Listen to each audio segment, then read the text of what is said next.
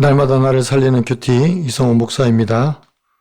오늘 큐티 본문은 시편 46편 1절에서 11절까지입니다. 오늘도 말씀해 주시는 하나님 감사합니다. 날마다 우리의 피난처 되시며 함께 하시는 하나님을 찬양합니다. 말씀해 주시옵소서. 듣겠습니다. 우리와 함께 하시는 하나님은 첫째로 피난처 되신 하나님이십니다. 시편 46편은 고라자손의 시로 우리와 함께 하신 하나님이 우리의 피난처 되시며 환난 날에 큰 도움이심을 찬양하고 있습니다. 특히 이 시편의 주제 선구와도 같은 말씀은 10절 말씀입니다.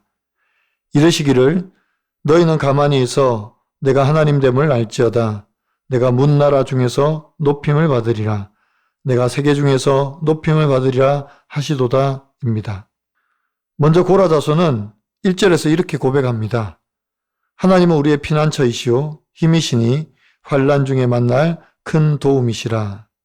그러면 어떤 상황 가운데 우리의 피난처가 되시고 힘이 되시고 큰 도움이 되시는지를 2절과 3절에서 이렇게 말씀하십니다. 그러므로 땅이 변하든지 산이 흔들려 바다 가운데 빠지든지 바닷물이 솟아나고 뛰놀든지 그것이 넘침으로 산이 흔들릴지라도 우리는 두려워하지 아니하리로다 셀라. 땅이 변하고 산이 흔들려 바다 가운데 빠진다는 것은 큰 지진이나 엄청난 화산 폭발과 같은 상황을 말합니다.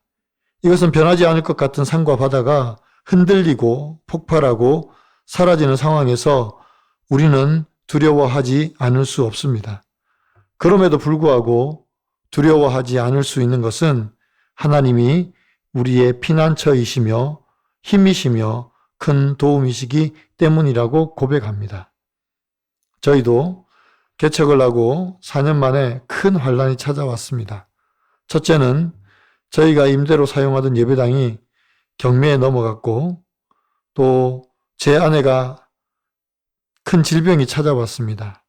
그리고 세 번째로는 사기꾼이 교회에 들어와서 교회와 성도들을 대상으로 사기를 쳤습니다. 정말 산이 무너지고 바다 가운데 빠지는 환난 같았습니다.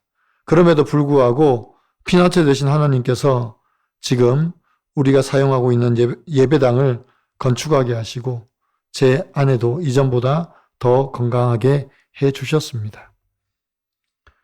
4절에서 6절은 히스기야 왕 시대에 아수르 왕 사네립이 올라와 예루살렘을 포위하고 랍사게가 하나님을 조롱하고 유다 왕과 백성들을 조롱할 때에 여호와의 사자가 그 밤에 아수르 진영에서 군사 18만 5천 명을 칩니다. 그리고 새벽에 일어나 보니 그 모든 군대가 송장이 되어 있는 것을 보게 됩니다. 그래서 5절에서 하나님이 그 성중에 계심에 성이 흔들리지 아니할 것이라 새벽에 하나님이 도우시리로다 라고 고백하는 것입니다. 여러분 어떻습니까? 하나님이 나의 피난처 되시고 힘 되시고 큰 도움 되신 사건은 무엇입니까? 새벽에 도우시는 하나님을 경험한 적은 없습니까? 우리와 함께 하신 하나님은 두 번째로 전쟁을 시게 하시는 하나님이십니다. 8절과 9절입니다. 와서 여호와의 행적을 볼지어다. 그가 땅을 황무지로 만드셨도다. 그가 땅 끝까지 전쟁을 시게 하시며 활을 꺾고 창을 끊으며 수레를 불사르시는도다 라고 합니다. 8절에 와서라는 표현은 단순히 오라는 표현이 아니라 와서 보라는 것입니다. 하나님이 행하신 놀라운 일을 와서 보라는 것입니다. 또 땅을 황무지로 만드셨다는 것은 악한 세력을 심판하시고 제거하셨다는 말씀입니다. 그래서 9절에서 땅끝까지 전쟁을 시게 하셨다고 말씀하십니다.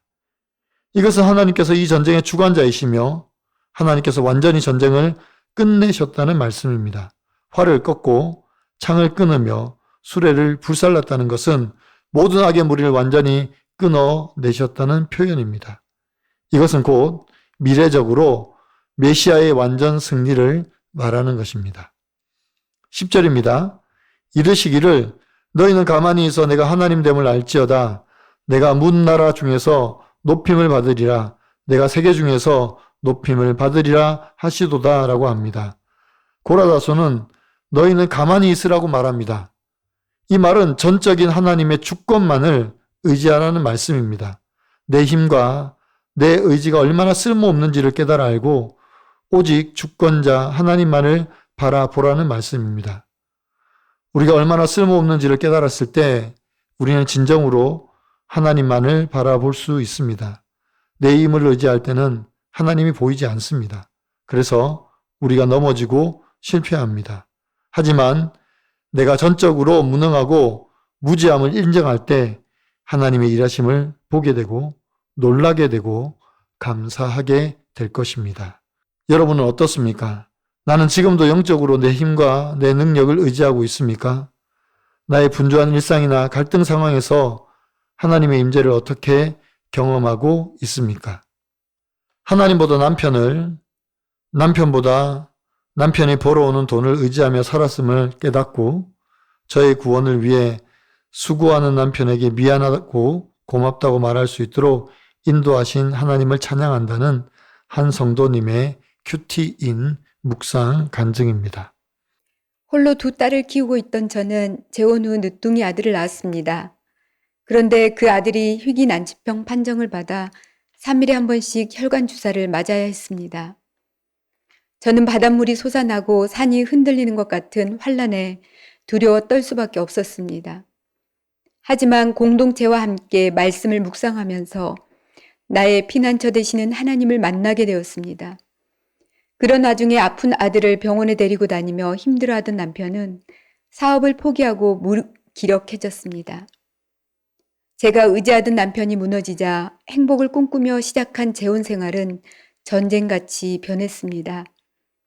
남편은 모든 것을 제 탓으로 돌렸고 저는 그럴수록 남편의 질서에 불순종하며 내 힘으로 돈을 벌어 두 딸을 잘 키워보려고 애썼습니다. 그럼에도 저희 부부는 매주 교회 소그룹 모임에 참석해 그곳에서 싸웠습니다. 그러자 주님이 저희의 전쟁을 쉬게 하셨습니다. 그리고 말씀으로 저를 양육해 주셔서 제가 하나님보다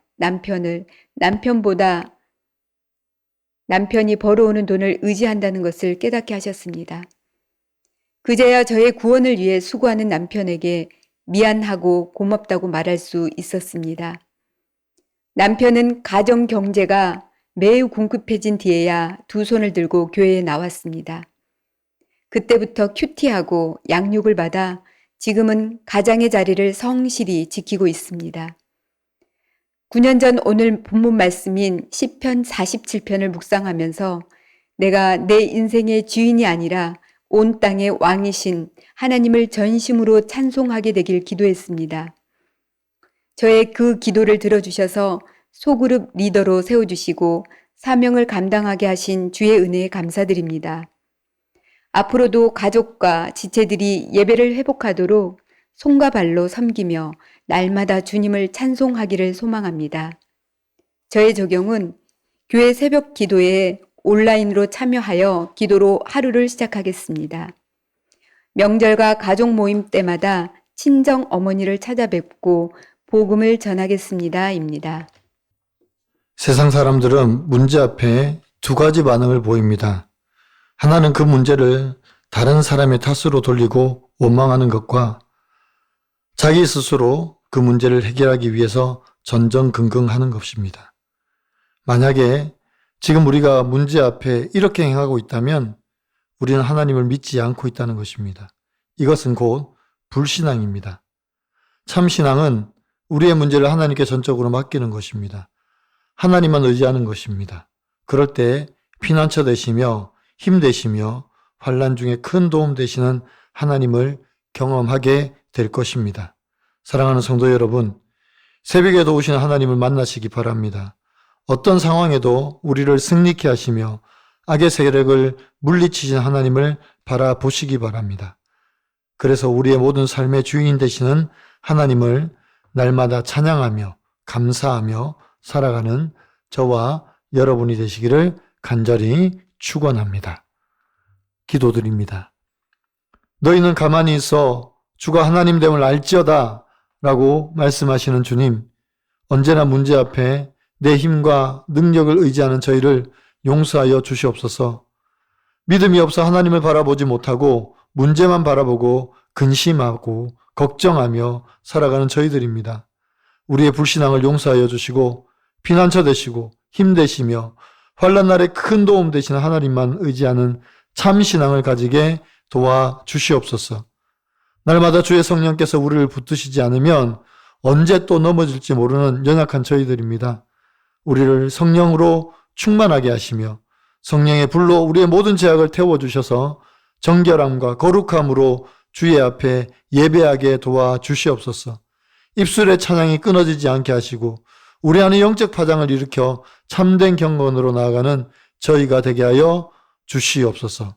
예수 그리스도의 이름으로 간절히 기도드리옵나이다. 아멘.